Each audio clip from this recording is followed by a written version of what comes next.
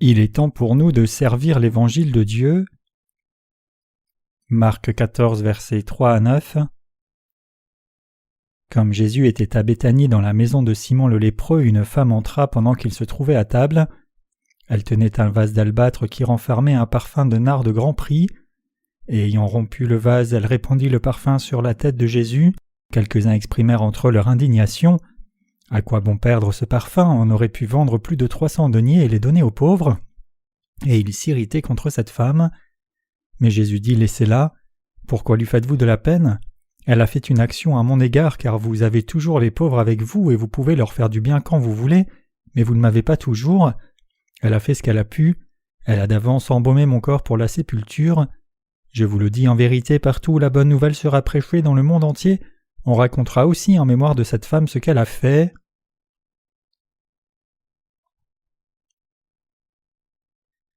Quelle époque est l'époque présente? Aujourd'hui, je voudrais partager la parole avec vous au sujet de vos possessions matérielles. Peut-être que certains d'entre vous pensent « Il ne semblait pas que Pasteur John parlerait un jour d'argent, mais maintenant je vois qu'il finit par amener le sujet. » Mais ne vous inquiétez pas trop, car je ne suis pas sur le point de vous demander d'offrir vos possessions matérielles aveuglément. Cette semaine, nous avons regardé attentivement au vrai statut de disciple de Jésus-Christ. Nous avons appris que le sacrifice de soi est nécessaire pour suivre le Seigneur entièrement et que nous devons avoir foi dans la parole de Dieu pour apprendre la vraie foi et devenir les vrais disciples du Seigneur. Aujourd'hui aussi, je voudrais que nous regardions à la parole du Seigneur avec ce sujet à l'esprit. Le passage des Écritures d'aujourd'hui est tiré de Marc 14, versets 3 à 9, et il est écrit que lorsque Jésus était assis à table dans la maison de Simon le lépreux à Béthanie, une femme est venue et a versé sur sa tête un flacon de parfum précieux valant plus de 300 deniers, le préparant pour son ensevelissement. Si vous êtes un disciple de Jésus-Christ, et si vous êtes vraiment de son peuple, alors vous devriez vouloir prêcher l'évangile de l'eau et l'esprit pour diffuser la justice de Dieu tout comme cette femme. Nous tous assemblés ici devons craindre Dieu en tout temps, sachant que Dieu est le Créateur qui nous a fait, et en même temps qu'il est le Sauveur qui nous a délivrés de tous les péchés du monde, nous devons réaliser qu'il règne non seulement sur nos vies et morts, mais aussi sur tout, y compris notre bonheur et les malédictions. Et en réalisant cela, nous devons honorer la justice de Dieu, l'aimer et le craindre et le louer et l'adorer. Ceux qui vivent comme disciples de Jésus-Christ craignent Dieu dans leur vie comme cela. Bien sûr, ces croyants se rappellent le ministère du salut que le Seigneur a accompli pour les sauver de leurs péchés, mais en même temps ils sont aussi profondément intéressés par ce que Dieu leur a dit et quelle vérité il essaie de leur enseigner. Même s'ils ne peuvent pas observer la parole de Dieu entièrement, leur disposition est de vivre par la foi devant Dieu. C'est la vie d'un vrai disciple de Jésus-Christ. Ainsi, les disciples de Jésus-Christ sont ceux qui aiment Dieu et le suivent, obéissant à ses commandements dans leur vie quotidienne. Comme mentionné, le sermon d'aujourd'hui traite de votre don. Quiconque a lu le passage des Écritures d'aujourd'hui peut facilement résumer qu'il s'agit de donner ses possessions matérielles au Seigneur. Mais le sujet ici n'est pas de peser vos offrandes, si vous donnez beaucoup ou très peu ou même rien du tout. Bien sûr, vos offrandes matérielles sont aussi importantes, mais il y a plus important que vos dons financiers encore, c'est l'attitude du cœur.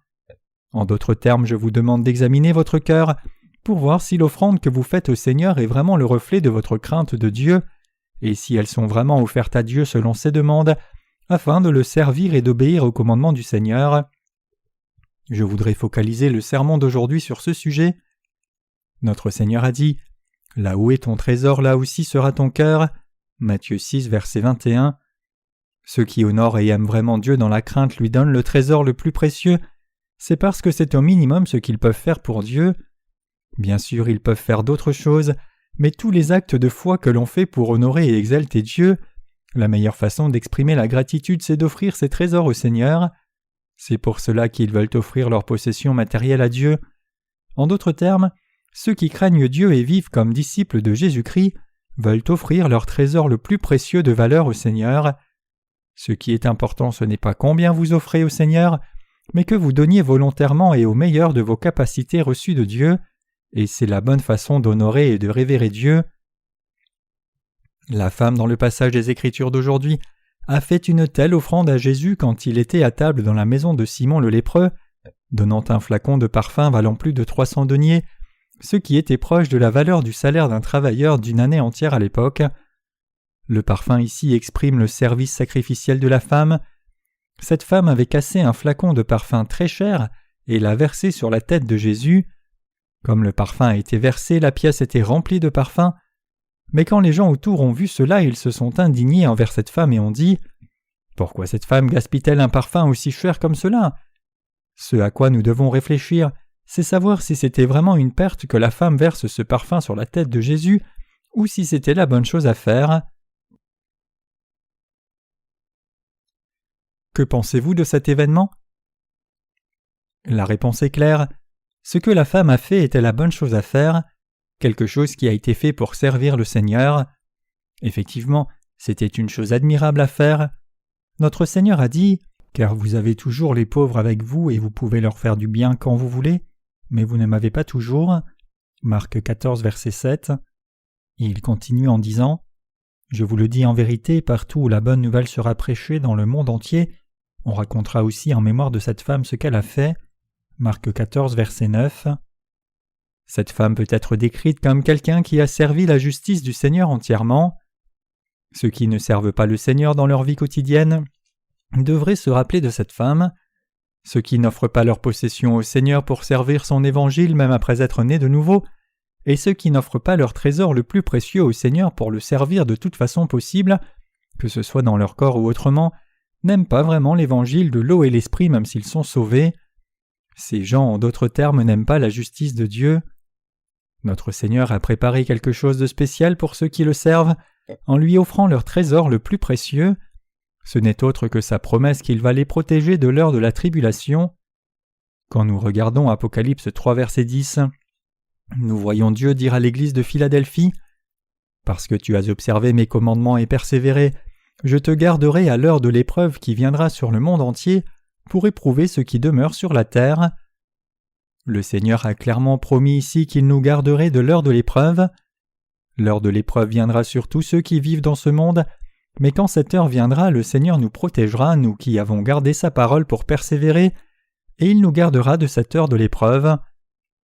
L'heure de l'épreuve ici désigne la grande tribulation décrite en Apocalypse 13, versets 9 à 15, quand l'Antéchrist apparaîtra, et que quiconque ne recevra pas la marque de la bête sur son front ou la main droite sera mis à mort. Prenons un moment pour voir ce que le Seigneur dit à propos de cette heure de tribulation et épreuve. Il est écrit en Apocalypse 17, versets 12 à 14, « Les 10 cornes que tu as vues sont 10 rois qui n'ont pas encore reçu de royaume, mais qui reçoivent autorité comme rois pendant 1 heure avec la bête. Ils ont un même dessein, et ils donnent leur puissance et leur autorité à la bête. » Comme vous pouvez le voir ici, quand le temps des 10 cornes et des 10 rois arrivera, Satan donnera l'autorité à un certain homme et les gens qui lui appartiennent s'opposeront à Christ. Mais que dit la Bible sur ce qui en sera le résultat ?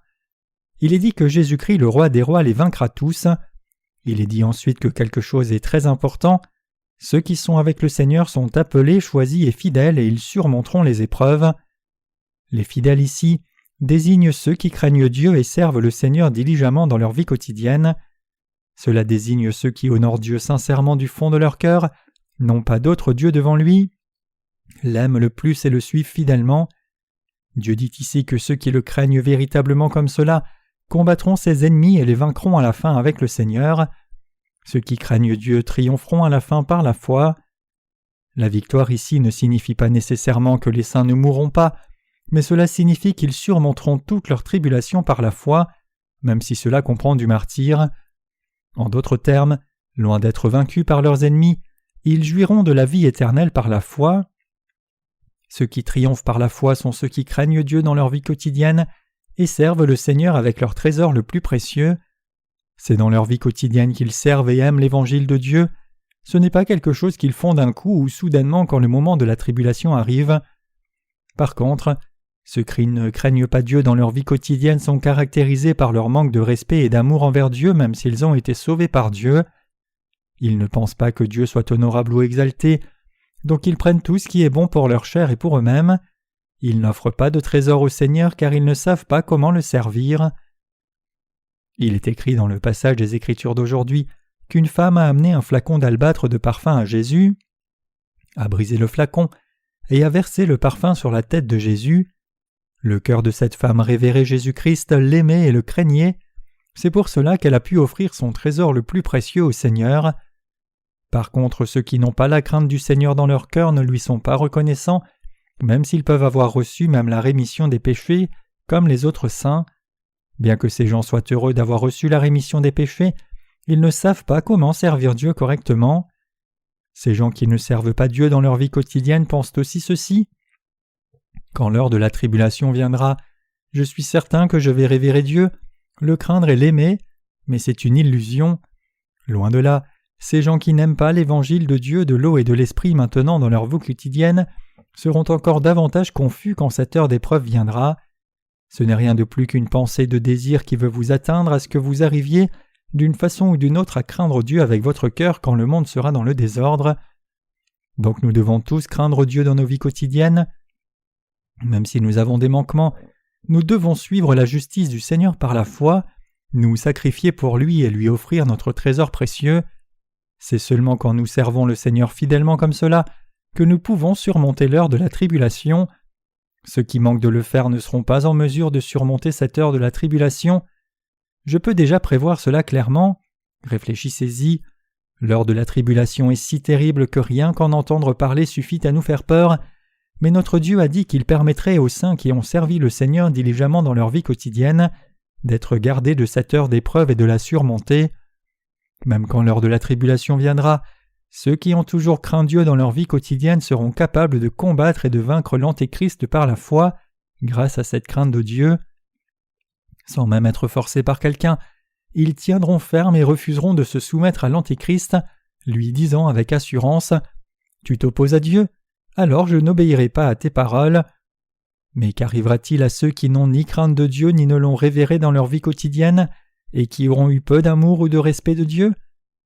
Quand l'heure de l'épreuve vient, ils ne seront pas seulement effrayés, mais le peu de foi qu'ils ont sera même brisé. Le fait que les justes surmontent est une autre façon de dire que les infidèles échoueront. Selon la fidélité avec laquelle nous servons Dieu et le craignons dans nos vies quotidiennes, Dieu gardera certains de nous de l'heure de l'épreuve et assurera cette heure pour d'autres. Donc pour vivre nos vies en tant que disciples de Jésus-Christ, nous ne devrions pas seulement le suivre en mouvement, mais nous devons plutôt offrir notre trésor précieux au Seigneur en tant que saints. En d'autres termes, nous devrions révérer Dieu et l'aimer dans nos vies quotidiennes, et nous devrions croire en lui de tout notre cœur. Nous devons apprendre à faire cela dans nos vies quotidiennes, c'est-à-dire que nous devons apprendre comment craindre Dieu et comment servir le Seigneur fidèlement dans ces temps paisibles. Quelqu'un qui n'est pas conscient de ces choses dans sa vie quotidienne ne saura pas quoi faire quand l'heure de la tribulation viendra soudainement. Loin d'avoir la foi, ces gens seront pris par la peur. Pour ceux qui n'aiment pas Dieu, leur foi n'est pas plantée fermement, et donc quand le vent souffle et que les vagues frappent, leurs cœurs sont ballottés de partout. Finalement, ils finiront par dériver dans une confusion totale.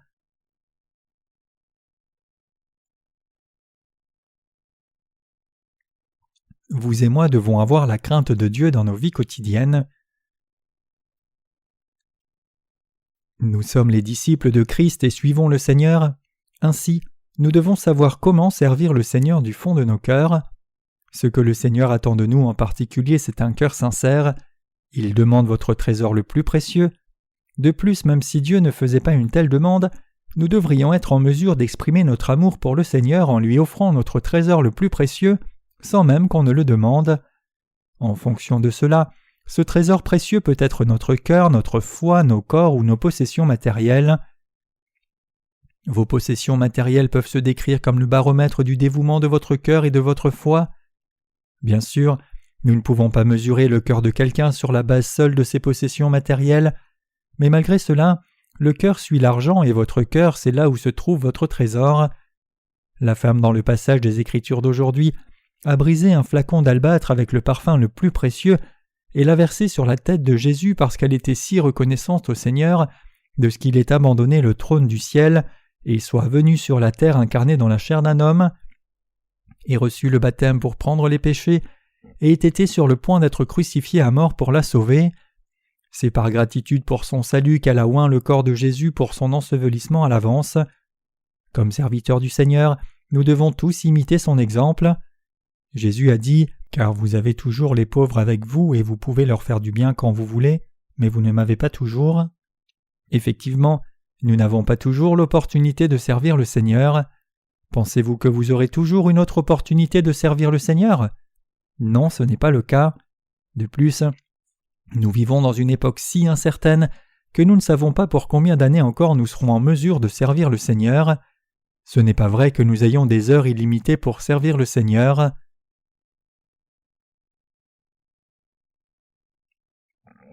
Je sers l'Évangile de l'eau et l'Esprit en union avec tous nos ministres et saints.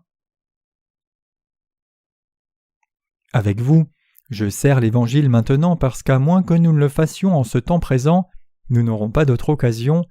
C'est pour cela que je regarde à l'avenir par la foi et sers le Seigneur au mieux de mes capacités, même si les temps de la fin ne sont pas juste sous mes yeux. Mais alors que je remplis mon ministère, parfois je suis fatigué et même déçu de certains saints.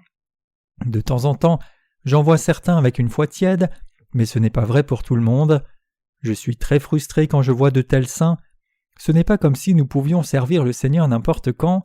Loin de là, c'est maintenant l'heure précieuse où nous pouvons effectivement servir le Seigneur. De plus, le monde finira à un moment donné, et il y a eu déjà beaucoup de signes qui indiquent cela. En dépit de tout cela, certains saints sont si insensés qu'ils ne s'en soucient pas du tout. Et je trébuche parfois à cause de tels saints, frustrés par leur manque de soucis. J'ai prêché l'Évangile avec beaucoup de dévouement, mais certains de nos saints ne s'en soucient pas du tout et donc parfois je ne suis pas certain de savoir qui est normal. C'est très facile pour vous de succomber à l'autocomplaisance comme cela, à moins de vous appuyer sur la parole de Dieu et d'accomplir fidèlement votre appel divin dans sa présence. Ce qui est trop clair, c'est que nous pouvons entendre le Seigneur s'approcher de plus en plus près. Pas à pas, nous entendons ces pas qui approchent. Alors que nous entendons ce son si clairement, nous ne pouvons pas l'ignorer. C'est pour cela que nous devons servir le Seigneur maintenant quand nous le pouvons encore. Si nous laissons et manquons l'opportunité présente, nous le regretterons pour toujours. Que pourrons-nous faire quand l'heure de la tribulation sera là ? Pourrions-nous encore publier nos livres sur l'Évangile même si nous avions de l'argent pour ? Pourrions-nous aller à l'étranger et prêcher l'Évangile ? Non, nous ne pourrions rien faire. Nous n'aurions pas d'autre choix que d'être confinés dans nos voisinages et d'être dans nos maisons, ne faisant rien que manger et boire. Donc si nous avons prévu de donner nos possessions matérielles au Seigneur, nous devons le faire maintenant. Si nous voulons servir le Seigneur, nous devons le servir maintenant. Nous devons effectivement prêcher l'Évangile du Seigneur de l'eau et de l'Esprit de par le monde entier avant que le Seigneur ne revienne sur la terre. Comment Dieu travaillera-t-il dans les temps de la fin si nous sommes enlevés vers lui ? Justement, nous devons faire ce que nous pouvons maintenant même. Permettez-moi d'éclairer ceci pour vous. Si vous voulez servir le Seigneur, servez-le maintenant. Ne pensez pas que vous pouvez remettre à plusieurs années puis commencer à servir le Seigneur. Alors tout l'argent que vous auriez donné serait complètement inutile. Ce n'est pas ce que Dieu vous demande de faire. Plutôt, il vous demande de le servir maintenant même. Il y a un temps approprié pour toute chose, même au sujet de l'agriculture. Il y a un temps pour semer, un temps pour arroser, un temps pour donner des engrais. La même chose est vraie pour la vie de foi. Si vous voulez servir le Seigneur, alors servez-le maintenant. Si vous craignez réellement Dieu et voulez que l'Évangile du Seigneur soit diffusé dans le monde entier, alors commencez cette œuvre à ce moment précis. Vous devez travailler pour le Seigneur maintenant, offrir vos possessions matérielles pour lui maintenant, et vivre votre vie maintenant pour le Seigneur. Qui sait ce qui nous arrivera à l'avenir ? Personne ne sait ce qui arrivera demain. C'est pour cela que nous devons tous répondre à la demande de Dieu en ce moment présent précis. Craindre Dieu signifie être conscient de son œuvre en ce moment précis même, accomplissant fidèlement toute l'œuvre que Dieu nous a confiée, et révérant Dieu et l'aimant de cette façon. C'est ce que signifie avoir foi et craindre Dieu. Quand la femme dans le passage des Écritures d'aujourd'hui a donné à Jésus son trésor précieux, qu'est-ce que le Seigneur a dit à ses disciples ? Il a dit « Vous avez toujours les pauvres avec vous et vous pouvez leur faire du bien quand vous voulez, mais vous ne m'avez pas toujours. » Marc 14, verset 7. Ce passage signifie qu'il y a un moment approprié où il est question de la foi, et vous devez vous rappeler au fond de votre cœur que c'est maintenant le temps de vivre votre foi. Nous avons publié nos livres sur l'Évangile pour les partager avec les gens du monde entier, et j'ai le projet de finir ce ministère rapidement. L'évangile de l'eau et de l'esprit sera diffusé dans le monde entier en peu de temps. Si nous supportons le travail un peu plus longtemps, nous pourrons prêcher l'évangile du Seigneur entièrement pour atteindre tous les coins du monde. Je sais que certains se demandent comment c'est possible, mais je ne travaille pas seul. Puisque nous avons des partenaires qui travaillent avec nous, bien que leur nombre ne soit pas grand, avec eux nous sommes plus que capables de prêcher l'évangile dans le monde tout entier. Avoir beaucoup d'ouvriers n'est pas toujours idéal. Je voudrais vous dire à vous et à moi-même ce qui suit. Servons le Seigneur maintenant que nous le pouvons. N'essayez pas de conserver votre énergie pour servir le Seigneur plus tard. Plutôt, si vous voulez réellement servir le Seigneur, alors servez-le maintenant. Le Seigneur a dit que les fidèles qui craignent Dieu surmonteront les temps de la fin. Bien que nous ne sachions pas exactement comment Dieu va nous garder de lors de l'épreuve, nous le découvrirons tous avec le temps. Ceux d'entre vous qui ont craint Dieu dans leur vie quotidienne sauront très bien ce dont je parle.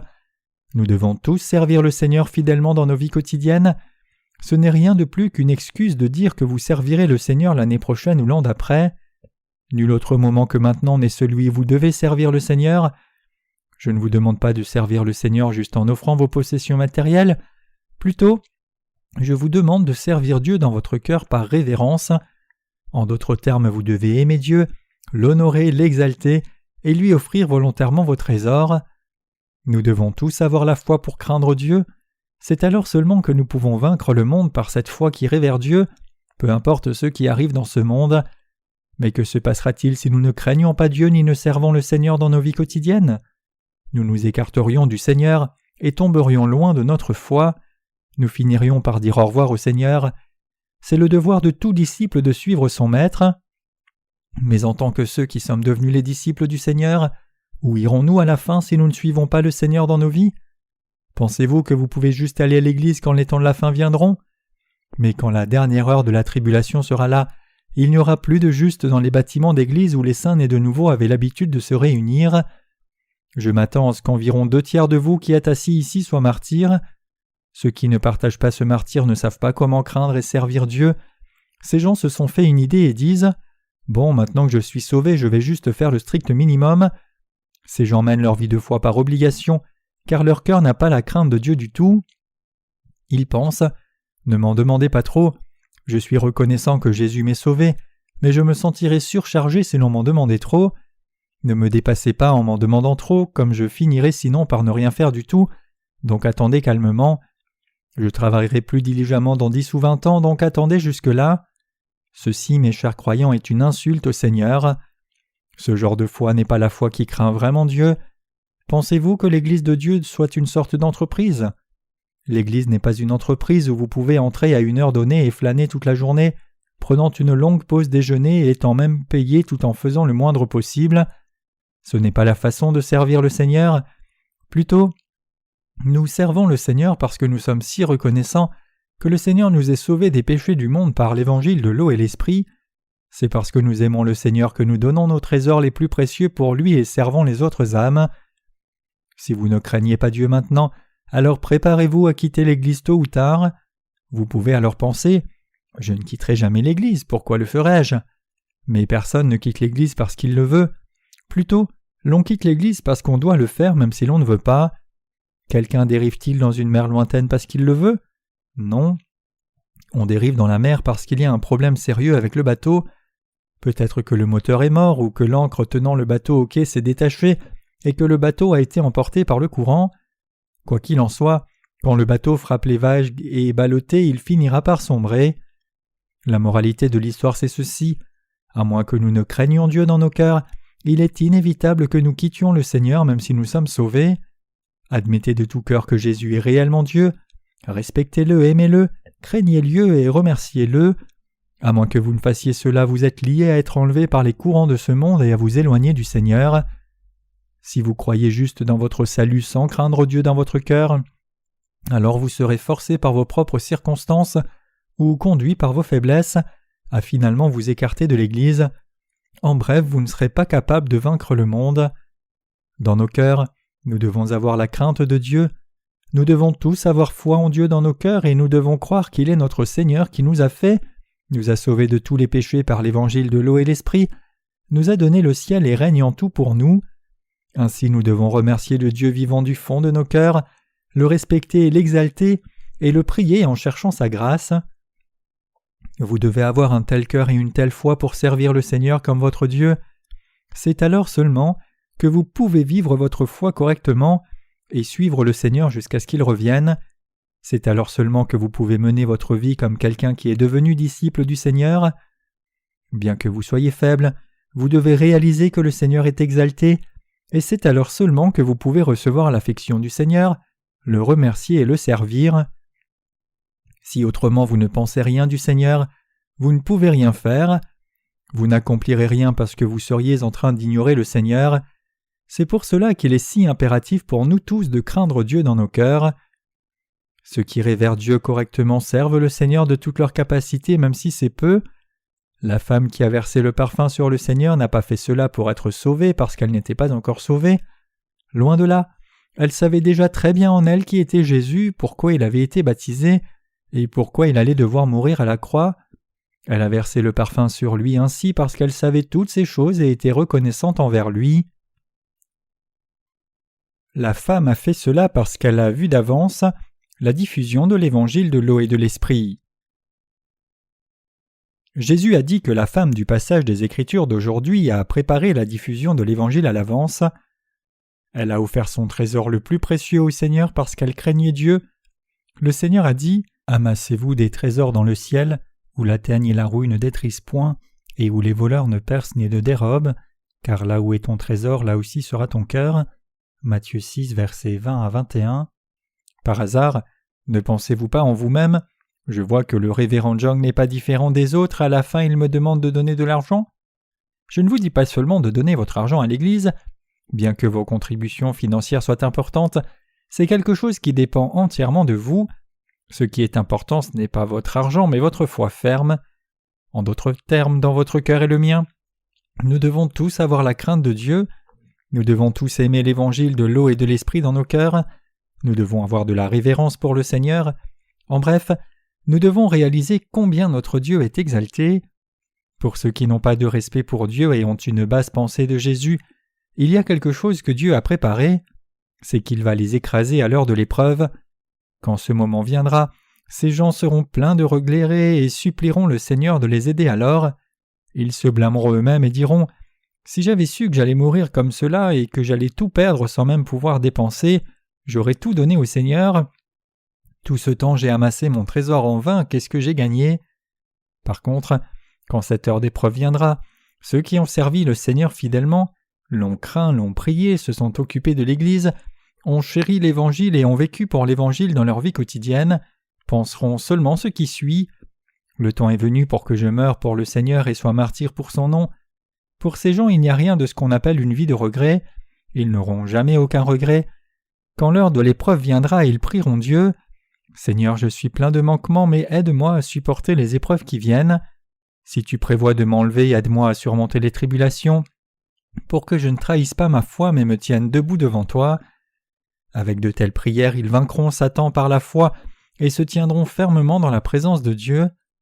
Par contre, ceux qui n'ont pas la crainte de Dieu dans leur vie quotidienne dépensent tout leur argent juste pour eux. Ils ne donnent rien au Seigneur. Ils ne s'intéressent pas non plus à l'œuvre de diffusion de l'Évangile du Seigneur dans le monde.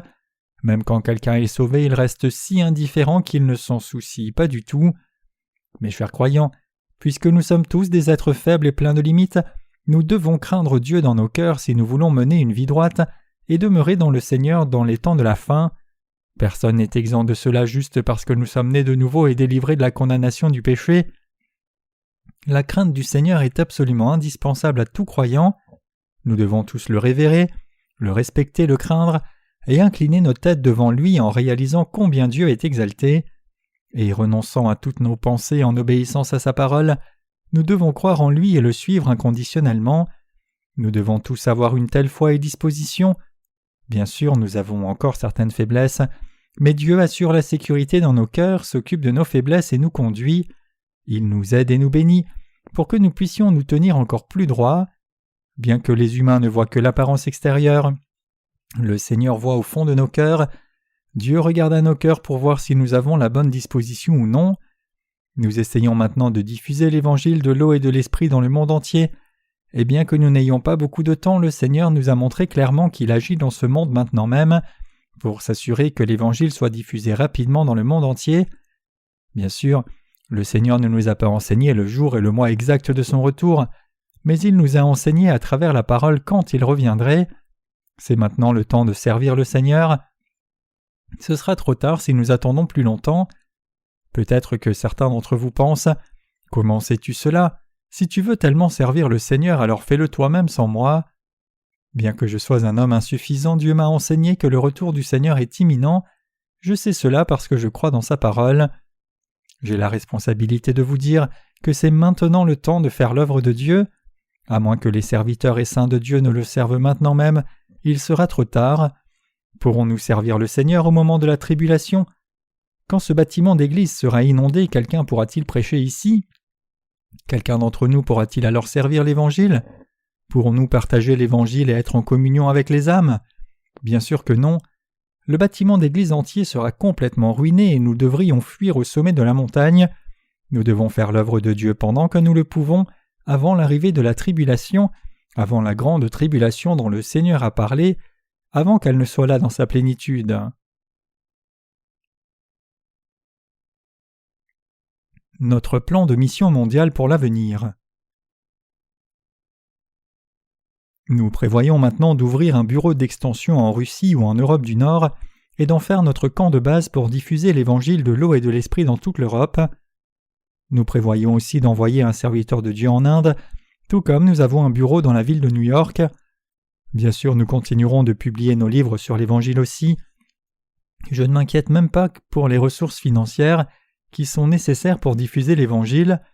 Tout ce que je fais, c'est accomplir diligemment ce que Dieu m'ordonne de faire. L'œuvre de Dieu n'est pas quelque chose qui se fait en la maîtrisant, plutôt nous nous préparons pour l'œuvre du Seigneur. Lorsque nous le pouvons, avançons avec les serviteurs de Dieu lorsque nous le pouvons, et travaillons au mieux de nos capacités quand nous le pouvons. Quand nous continuons ainsi de travailler diligemment dans les années à venir, nombreuses âmes seront sauvées dans le monde entier, et quand la tribulation arrivera complètement, je suis certain que ces gens seront martyrs justement pour leur foi. Il est écrit dans le livre de l'Apocalypse, « Après cela je regardai et voici, il y avait une grande foule que personne ne pouvait compter, de toute nation, de toute tribu, de tout peuple et de toute langue. Ils se tenaient devant le trône et devant l'agneau, revêtus de robes blanches et des palmes dans leurs mains, et ils criaient d'une voix forte en disant « Le salut est à notre Dieu qui est assis sur le trône et à l'agneau. » Apocalypse 7, versets 9 à 10. Comme c'est écrit ici, j'ai toute confiance qu'à travers l'évangile que nous prêchons maintenant, nombreuses personnes croiront dans cet évangile, s'opposeront à Satan, donneront leur vie courageusement dans le martyre, et entreront finalement dans le royaume de Dieu avec nous et y vivront pour toujours. Je suis absolument convaincu que lorsque le Seigneur reviendra sur la terre, ces gens ressusciteront aussi avec nous et jouiront de la vie éternelle dans le monde à venir. C'est avec une telle foi assurée que nous faisons l'œuvre du Seigneur. Notre œuvre n'est pas quelque chose qui tombera dans un an ou deux, mais c'est quelque chose que nous faisons maintenant avec une vision, capable de voir loin dans l'avenir jusqu'à la fin du monde. Nous avons publié et expédié tant de livres dans tant de langues du monde entier. Nous avons récemment signé un contrat avec les 4 plus grands distributeurs aux États-Unis. Les directeurs de vente de ces entreprises ne sont pas stupides. Les pasteurs et experts ont signé le contrat avec nous seulement après avoir examiné nos livres attentivement et méticuleusement. S'il y avait quelque chose qui n'allait pas avec nos livres, alors ils ne les auraient pas acceptés. Pour les chrétiens des pays occidentaux, j'ai écrit dans mes livres franchement et publiquement ce qui suit. Bien que le christianisme auquel vous croyez est une longue histoire couvrant des centaines d'années, vous êtes entièrement ignorant du vrai évangile. Voici le vrai évangile de l'eau et l'esprit. L'évangile de l'eau et l'esprit est le vrai évangile. Tout le monde devrait lire nos livres sur l'évangile, des théologiens aux étudiants, pasteurs et laïcs et même les détenus en prison. C'est ainsi que Jésus nous a tous sauvés de nos péchés, la race humaine entière, et chaque pécheur de ce monde, en venant sur la terre, portant les péchés de l'humanité en étant baptisé par Jean-Baptiste, portant les péchés du monde à la croix et y mourant, et ressuscitant des morts. C'est la vérité du salut. Le Seigneur est notre Sauveur, il nous a sauvés par son baptême et le sang. Voyez et croyez. Nous avons prêché l'évangile de l'eau et de l'esprit de cette façon. Maintenant même, nombreuses personnes lisent nos livres et témoignent de l'œuvre merveilleuse de Dieu, suscitée pour expier tous leurs péchés de leur cœur et leur ramener la rémission des péchés. Des nouvelles si merveilleuses émanent de tous les coins du monde. En Inde, certains pasteurs nous ont même invités en nous disant « Nous n'avons jamais vu un livre aussi merveilleux et étonnant auparavant. Pourriez-vous venir ici et tenir une réunion de réveil ? Nous aimerions faire la réunion en 2001 et nous apprécierions beaucoup que vous veniez. Nous sommes volontaires pour payer toutes vos dépenses. » Ils ont aussi dit qu'ils voulaient imprimer nos livres à leurs propres frais et les partager avec leurs concitoyens. Je ne me vante pas ici. Plutôt, je souligne que ces gens ont vraiment reconnu la valeur de nos livres. Pensez-vous qu'ils sont stupides ? Nos partenaires qui sont en communion avec nous et travaillent avec nous ne sont pas des gens ordinaires. Ils sont plutôt renommés dans leur région pour leurs compétences et stature. Ils sont très influents dans leurs dénominations respectives aussi. L'évangile que nous avons n'est pas quelque chose dont nous devrions avoir honte. Ce n'est pas non plus quelque chose qui nuit à nos propres intérêts. Loin de là, c'est la seule vérité dans le monde et c'est le trésor le plus précieux. Certains d'entre vous peuvent penser « J'ai fait beaucoup de contributions financières pour servir cet évangile, mais il semble que c'était juste un gaspillage d'argent. » Mais ce n'est jamais une perte de servir le Seigneur et son évangile avec vos possessions matérielles. Même s'il y a certaines limites physiques à combien nous pouvons servir le Seigneur, au moins avec nos cœurs spirituels nous pouvons craindre Dieu, le révérer, l'aimer et l'exalter sans fin. Dieu est le Créateur exalté de l'univers et tout ce qu'il contient. Que pourrions-nous alors lui offrir ? Nos possessions matérielles ne sont que l'une des nombreuses choses que nous pouvons lui offrir. La Bible nous appelle nombreuses fois à servir l'Évangile avec nos possessions matérielles en nous disant « Faites-vous des amis des richesses injustes » Luc 16, verset 9 « Ainsi que jette ton pain à la surface des eaux, car avec le temps tu le retrouveras. » Ecclésiaste 11, verset 1. Mes chers croyants, cet Évangile que le Seigneur nous a donné est vraiment digne que nous le servions, et nous devons effectivement le servir. Si vous ne pouvez servir ni cet Évangile ni le Seigneur avec vos possessions matérielles, même si vous professez craindre Dieu, alors cela ne peut que signifier que vous n'aimez pas réellement le Seigneur de tout votre cœur. Cela prouve en réalité qu'il n'y a pas de crainte de Dieu dans votre cœur. Si vous ne pouvez pas servir le Seigneur parce que vous êtes trop pauvre, alors vous pouvez toujours prier Dieu de tout votre cœur et dire « Seigneur, je suis trop pauvre pour te servir, bénis-moi pour que je prospère afin que je te serve. » Quand vous demandez ceci au Seigneur, vous recevrez ce que vous lui demandez et prospérerez jusqu'à ce que vous soyez finalement capable de donner vos possessions matérielles au Seigneur. Je ne vous demande pas ici de donner beaucoup d'argent à l'Église. Loin de là, je dis juste que vous devez avoir la crainte du Seigneur dans votre cœur. Qu'y a-t-il que vous ne puissiez faire si vous y mettez votre pensée ? Y a-t-il des saints qui négligent l'œuvre du Seigneur et regardent seulement de loin, même s'ils vivent maintenant dans une époque si urgente ?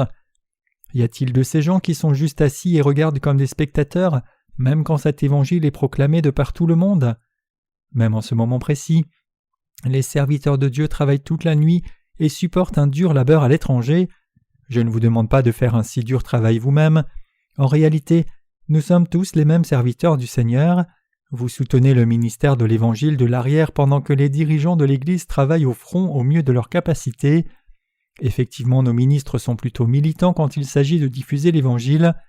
Nos ministres et évangélistes en Chine nous ont envoyé un rapport récemment nous disant que des douzaines de gens là-bas ont maintenant réalisé clairement pourquoi Jésus a été baptisé et ont compris l'Évangile de l'eau et l'Esprit. Ils ont aussi dit qu'ils voulaient recevoir davantage de livres. Environ 30 personnes font le culte dans une église souterraine et ils nous ont demandé de leur envoyer au moins 30 livres de plus. Donc nos ouvriers leur ont donné ces livres. Environ 700 livres sont partis en Chine par un tel processus. Ces livres vont circuler à travers la Chine aussi longtemps que les gens ne les jetteront pas. La Chine a plus d'1,3 milliard de gens et de plus en plus se convertissent au christianisme de nos jours. Un réveil fervent se produit en Chine, similaire à celui qui a eu lieu en Corée quand le christianisme a été introduit au départ, et les croyants s'attendent à beaucoup de choses merveilleuses s'ils croient en Jésus. La fièvre est telle que quiconque essaye de stopper l'évangélisation est appelé démon. Le problème cependant, c'est que bien qu'il y ait un grand réveil qui se produit en Chine, le vrai évangile ne se trouve nulle part. Même dans de telles dures circonstances, nos livres continueront d'être envoyés là-bas. Ainsi l'évangile s'implante maintenant fermement en Chine pour se répandre partout. Ceux en Chine qui craignent Dieu, le recherchent, désirent recevoir la rémission des péchés et veulent rencontrer le Seigneur et aller au ciel. Ils peuvent maintenant trouver la bonne voie. J'ai toute confiance que l'Évangile sera bientôt diffusé à travers toute la Chine. La même œuvre de Dieu se produit partout dans le monde, de l'Asie au monde anglophone. l'Afrique, l'Amérique centrale et du Sud et l'Europe de l'Est. Il y a tant d'endroits où travailler. Nous avons aussi imprimé beaucoup plus de livres. J'ai dit cela si souvent précédemment que vous devez être malade et fatigué d'entendre parler de ces livres, mais ne le soyez pas. Supportons avec patience et aimons notre ministère de la littérature. Comme vous le savez, le catholicisme est la religion dominante dans plusieurs pays européens, mais malgré cela je crois que le vrai christianisme va de nouveau fleurir là-bas. Récemment, l'évangile de l'eau et l'esprit est entré en Allemagne pour la première fois. Comme vous le savez sans doute, l'Allemagne est le pays d'origine de Martin Luther, le fameux réformateur qui a soutenu la justification par la foi. Comme l'un des pères du protestantisme, Luther a traduit la Bible en allemand courant pour la première fois, mais c'est maintenant seulement que le vrai évangile a pu entrer dans ce pays. À cette lumière, Luther a échoué pour ne pas avoir prêché l'évangile de l'eau et l'esprit comme les autres. Tout ce qu'il a fait, c'est se séparer de l'Église catholique. Il n'a pas prêché le vrai évangile. Au contraire, l'évangile que Luther a prêché était un faux pseudo-évangile sans la vérité centrale, comme une fausse bague en diamant. C'était un évangile sans puissance qui ne pouvait pas expier les péchés, peu importe avec quelle ardeur les gens y croyaient. Mais en ces derniers temps, Dieu a répandu sa grâce particulièrement sur nous, en dépit de nos nombreuses limites, pour être honoré et servi par nous et pour accomplir sa volonté. Il nous a confié son œuvre pour nous récompenser et nous bénit. Beaucoup de choses merveilleuses se produisent. Je n'en ai pas parlé parce que je ne veux pas que vous pensiez que je me vante, mais il y a vraiment beaucoup de choses étonnantes qui arrivent. Donc ne détournez pas le visage de l'œuvre du Seigneur. Ne vous asseyez pas là oisif. Plutôt, servez l'évangile de l'eau et l'esprit avec les saints et soutenez ce ministère avec vos contributions financières. Travaillons tous ensemble. Si vous ne faites pas l'œuvre du Seigneur, alors Dieu demandera à quelqu'un d'autre de faire cette œuvre juste. Il est temps maintenant de servir le Seigneur. Le Seigneur a dit « Vous avez toujours les pauvres avec vous et vous pouvez leur faire du bien quand vous voulez, mais vous ne m'avez pas toujours. » Marc 14, verset 7. Ce n'est pas comme si nous pouvions servir le Seigneur à tout moment. Peut-être qu'il ne nous reste que quelques années. La communauté chrétienne en Corée est un désordre total. Se disputant sur des questions doctrinales tout le temps, ces dirigeants se dénoncent mutuellement. Tout ce qu'ils font, c'est défendre les doctrines de leurs dénominations respectives. Donc lorsque quelque chose de nouveau apparaît, ils le rejettent aveuglément, peu importe ce que c'est. Ainsi, quand je vais à l'étranger, je n'accorde pas beaucoup d'attention aux chrétiens coréens là-bas, mais les étrangers ne sont pas si aveuglément conservateurs. Quand ils rencontrent quelque chose de nouveau, ils vérifient en détail, l'acceptent s'ils l'aiment et le louent s'ils voient quelque chose d'exceptionnel. Quand nous avons publié nos livres au début, nous avons vraiment fait face à beaucoup de détracteurs. Mais qu'en est-il maintenant? Beaucoup de gens sont sauvés à travers nos livres. Beaucoup ont reçu la rémission de leurs péchés. Dieu se réjouit. Il prend plaisir à cette œuvre que nous accomplissons. Ce qui prend 100 ans pour les gens de ce monde afin d'être accompli, nous pouvons le faire en une seule année. Effectivement, nous pouvons faire en un an ce que d'autres mettent 500 ans à finir. C'est parce que cet évangile que nous prêchons est la vérité. Une fois que nous répondons à quelques questions que les gens se posent après avoir lu nos livres, ils connaissent clairement la vérité. Ils savent et croient assurément pourquoi Jésus est leur Sauveur et leur Dieu, comment il les a sauvés du péché, comment il a expié leurs péchés et pourquoi ils iront au ciel s'ils croient cette vérité. Donc servons tous cet évangile. Comme la femme dans le passage des Écritures d'aujourd'hui a brisé un flacon d'albâtre contenant du parfum de grand prix et l'a versé sur la tête de Jésus, je vous demande à tous de donner votre trésor le plus précieux au Seigneur.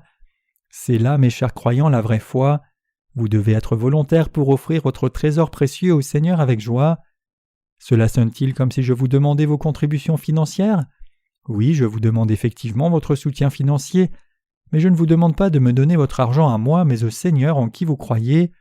En d'autres termes, je vous exhorte à donner vos possessions matérielles au Seigneur qui vous a sauvés, vous et toute personne dans ce monde. Je vous prie d'offrir votre trésor le plus précieux au Seigneur pour la proclamation de l'Évangile. Je n'ai pas honte du tout dans ma conscience de dire cela. Offrons-nous donc nous-mêmes au Seigneur et servons-le. Votre service n'est jamais en vain. C'est très digne. L'opportunité se présente maintenant. Servons le Seigneur maintenant. Nous allons ouvrir une extension en Europe du Nord comme nous l'avons fait à New York, envoyer des serviteurs de Dieu et prêcher l'Évangile dans tous les pays européens ensemble avec nos partenaires là-bas. Nous allons baser notre ministère de la littérature en Inde pour couvrir l'Asie centrale et à New York pour le monde anglophone. Participons tous à cette œuvre, travaillons ensemble. Dans l'unité, surmontons ensemble l'heure de la tribulation et de l'épreuve en nous confiant en Dieu. Vivons par notre foi dans la justice de Dieu.